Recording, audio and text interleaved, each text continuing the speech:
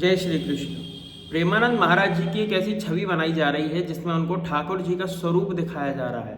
इससे पहले भी एक ऐसी इमेज क्रिएट की गई थी जिसमें प्रेमानंद महाराज जी को गणेश जी का स्वरूप दिखाया गया था। देखो, इस प्रकार की छवियां बनाना, ये संतों की छवि को धूमिल करना है। इस प्रकार की छवि यदि बनाई जाएंगी और ये कहा जाएगा कि हमारी श्रद्धा हमारे गुरुदेव में है, हमारी भक्ति हमारे गुरुदेव में है और वो साक्षात भगवान का अवतार है, इसलिए हम ऐसा कर रहे हैं, तो ये उचित नहीं है। क्योंकि यदि ये कहा जाए कि हमारे ही गुरु अवतार हैं, तो फिर अन्य जो शिष्य हैं वो भी अपने गुरु को किसी ना किसी देवता का, देवी का अवतार मानेंगे, और जब अवतार मानेंगे तो वो भी इस प्रकार से छवियां बनाएंगे, और जब छवियां इस प्रकार से पब्लिक प्लेस में जाएंगी तो बाकी के जो लोग हैं वो विरोध करेंगे। तो इस प्रकार से बहुत बड़ा टकराव होगा और संतों का अपमान होगा, सनातन धर्म का भी अपमान होगा। यदि आपको भक्ति करनी है तो भक्ति अपने हृदय से करिए, प्रेम अपने हृदय से करिए, खूब हृदय से अपने गुरुदेव की सेवा इत्यादि कीजिए, जो करना है करिए, उनका ध्यान चिंतन जो करना है। घंटों बैठ करके अपने गुरुदेव का चिंतन क्यों नहीं करते? गुरुदेव का जैसा स्वरूप है उस स्वरूप का चिंतन करिए, जिससे कि गुरुदेव के जो गुण हैं वो भी आपके अंदर आ जाएं। किंतु वो सब नहीं करेंगे, ये फालतू की वेलेपंती करने के लिए सब बैठ जाएंगे। भैया, श्रद्धा भक्ति जो है वो इस प्रकार से नहीं की जाती है। जो श्रद्धा भक्ति है, जो गुरुदेव ने करने के लिए कहा है वो करना है। सीधा गुरुदेव को भगवान नहीं बना देना। उन्होंने नहीं कहा कि तुम मेरी इस प्रकार से छवियां बनाओ, इस प्रकार से इमेज क्रिएट करो। और यदि आप ऐसी छवियां बना रहे हैं तो फिर तैयार रहिए। कोई व्यक्ति आपको अंधभक्त कहेगा और ये अंधभक्ति है ही। मर्यादा का अतिक्रमण करके यदि कोई भी श्रद्धा या भक्ति प्रकट की जाती है तो वहाँ पे जब मर्यादा का उल्लंघन ही हो गया, फिर वो भक्ति नहीं रहती, फिर वो श्रद्धा नहीं रहती। मर्यादा का अतिक्रमण करके फिर वो अंधापन होता है, और इसी अंधेपन के कुएं में सभी गिर रहे हैं। कोई बहुत अधिक फेमस है, उसको उठा लिया, क्यों? चंद व्यूज और फॉलोअर्स के लिए। ऐसी इमेज क्रिएट करनी है पब्लिक को कि हृदय में क्रिएट करेंगे तो वहाँ पे कोई व्यूज़ और फॉलोअर्स तो मिलेंगे नहीं। हृदय में इमेज को क्रिएट करने से फॉलोअर्स नहीं मिल रहे, व्यूज़ नहीं मिल रहे, कोई देख नहीं रहा, कोई पहचान नहीं रहा है। किंतु ऐसी ही इमेज यदि हम पब्लिक प्लेस में क्रिएट कर दें, पब्लिक को दिखा दें, तो वहाँ पे व्यूज़ मिलेंगे, फॉलोअर्स मिलेंगे, कमेंट्स आएंगे, लाइक आएंगे, शेयर होंगी, और फिर तुम्हारा विरोध होगा।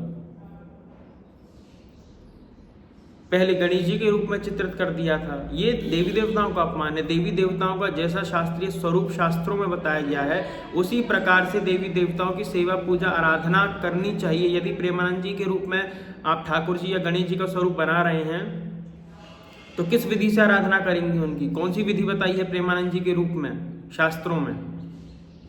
चिंतन कीजिए उसका। कोई विधि आपको स्वप्न में देकर के गया है या स्वप्न में इस प्रकार से?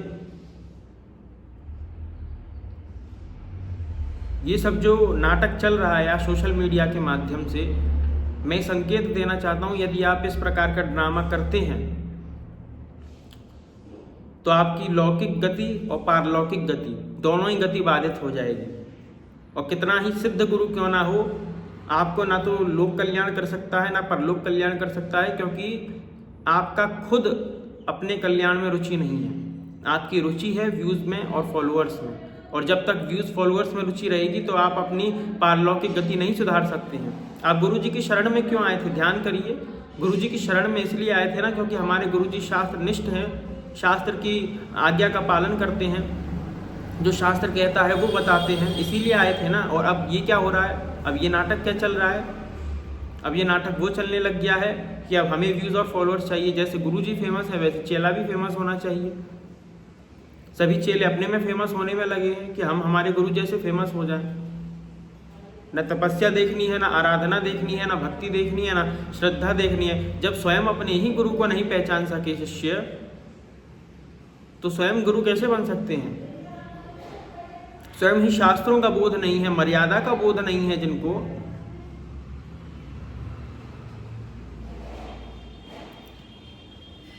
तुलसीदास जी इतने बड़े भक्त हुए, मीराबाई जी इतनी बड़ी भक्त हुई, क्या कभी उनको मानने वाले जो लोग हैं इस प्रकार से उन्होंने छवियां बनाई?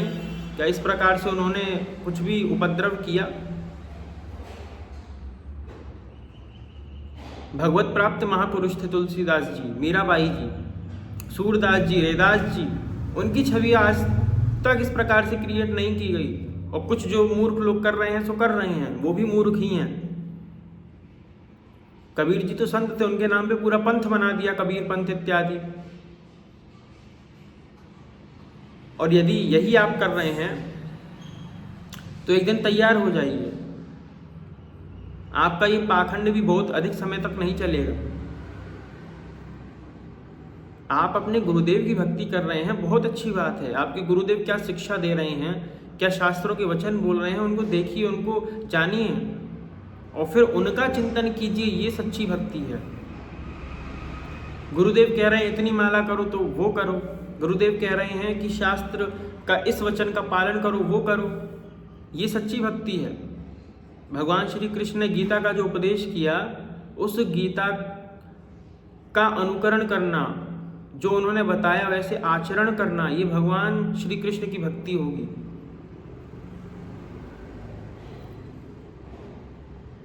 भगवान श्री कृष्ण का ध्यान करो जैसा भगवान ने बताया है शास्त्रों में, अर्चा रूप में उनकी सेवा इत्यादि करो। किंतु अब ठाकुर जी की अर्चा रूप में सेवा नहीं करनी है, अब तो गुरु जी को अर्चा अवतार बना देना है।